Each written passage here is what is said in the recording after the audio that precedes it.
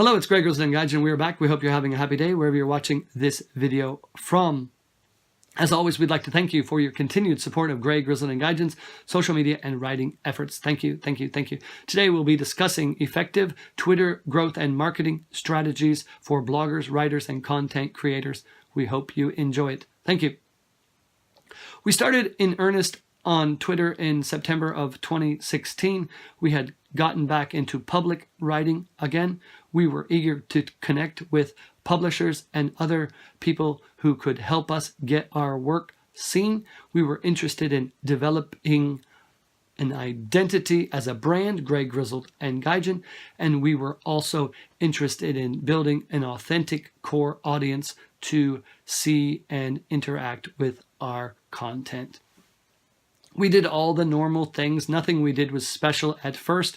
We tweeted, we made a logo, we started a blog. Those are all standard things that any social media expert and any social media website will tell you to do. We targeted the English teacher market here in Japan and people interested in coming to Japan to teach. We offered a lot of advice about how to get here. We offered a lot of tips on how to live here. It's great. There's a limited market for that, and we hit a ceiling quickly of about 400 people. Maybe we got to about 600 or 700. We probably owned the English teaching market at that point in Japan. We reached out beyond that to people who were interested in Japanese food and Japanese travel. Again, a very nice market, but not people who are going to give you money, and generally not people who are retweeting you and sharing your content beyond a very beautiful picture of sushi. That's not really our goal. There are plenty of websites that do nothing but share Japanese food. There's one really popular, Mondo Mascots, that does mascots. He's really popular. That's not what we were looking for. We wanted to get our writing and our blog out there. That's a bit of a different goal. So we moved and started interacting more with the social media experts and social media content creators. And that circle is very eager to connect and make connections, and they're also much more likely to retweet our content. We started writing more blogs and posts about Twitter and growth on social media. Those blogs were by far more highly interacted with than our English teaching related blogs that we were putting up. We still do answer questions about that. We offer free resume editing services for those of us who follow, or rather those of you who follow us on Twitter. We've done hundreds, if not thousands, of resumes over the last 16 months to help people improve their employment chances. And that's a big thing. You have to do something other people are not doing. We talk to people behind the scenes here in Japan all the time trying to help content creators. And many of them, if you stay and do what someone else does, that's great, but you have to do something else. And as the months went forward, we realized that we had to do more than just be a blogger and a writer and a novelist. We moved into the video on a limited basis. Now, of course, our face is not going to be on the cover of a magazine anytime soon, but the videos long and short, reach a different segment of the population on social media. These people who are interested in Japan but maybe not interested in reading, you draw them in by video, they look at the pictures, and hopefully slowly they begin to stay around for your blog content. And that for us is exactly what happened. We bring you in with the Japanese food pictures. We bring you in with these short little videos. Sometimes we do a longer feature like this one, and we plug the blog relentlessly on our Twitter feed. Very difficult to do that if your blogs are storage is limited, or rather your stack of blog posts is limited rather. That's why one of the big keys we say for content creators who write and do blogs is to blog often. It's not about not only getting out your content, but also having a bank of posts that you can retweet and retweet and retweet again and again and again in a variety of formats. We used Lumen 5. If you don't know Lumen 5, it's an ability for like a slideshow of your blog. Very effective, 50-to-1 engagement rate early on over our blog. People like the visual content.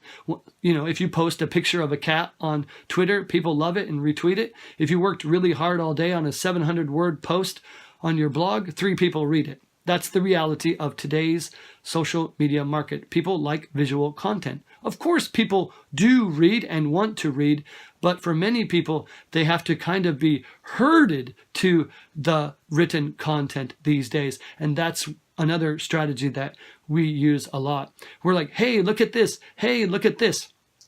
It takes somewhere between 12 to 21 contacts for someone to make a sale. And we see a lot of people who do a podcast and they tweet one time, and then they are surprised when they get 500 or less downloads.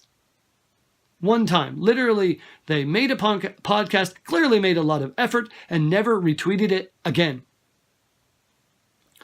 If you're Taylor Swift and you have a podcast, that might work because your core does the work. But early on, if you don't have the Twitter follower numbers or the interaction and engagement levels, that's a dead end content. The blog is the same way. There are websites who will tell you, oh, don't retweet your own content. It looks like you're selfish. It looks like you don't care about anybody else. Let me be honest. I care about people. I also care about eating, and I also care about reaching my dreams and goals. If people disagree with that, please don't follow me on Twitter. I have dreams. I'm going to reach my dreams. And if that takes me retweeting a blog post 5 million times to reach my goals or my novel ad nauseum, that's exactly what I'm going to do. I make no apologies for that, and nor should you. Your content should be out there again and again and again. Now, of course, you can take it too far. If people leave you in droves, you've probably done too much, and you should adjust that strategy to cut back and find the balance that works. There's always ratios that people want you to do. When we find good content, we retweet it, no matter whose it is. When we have something we find of value that we want to share with those who follow and engage us, that's what we do. When I eat dinner and I enjoy my lovely, lovely, lovely wife's cooking, I tweet that picture. I've taken pictures of every meal she has ever made since we have been married. That's almost 9 years this year, I believe. I hope. And so I take great pride in that. I post that as much to help my social media as I do to shout out that my wife is amazing. I'm not in social media for the money. I see a lot of people who want your money. I don't need your money. As I always say, I work for a living. Thank you. I'm more than happy to make money from companies. I'm more than happy to take money from writing work. That's my dream. I don't need an engager to send me $1. No offense to people who do that and need that money. That's not me. I say that because it's far easier when you don't have money as your primary objective on social media.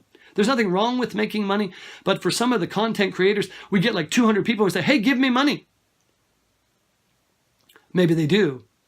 But, you have to build up some street credibility, social media credibility, I think, before you go and say, hey, please pay me monthly for my content. You haven't really proven anything. Think of it more like the sports. You're a free agent, a rookie. You have to get up higher and higher and higher, I think, before you can really ask for money. Only recently have we moved into a much more, perhaps, way of reaching out for money. We sell the books. That's the only thing we've ever asked money for.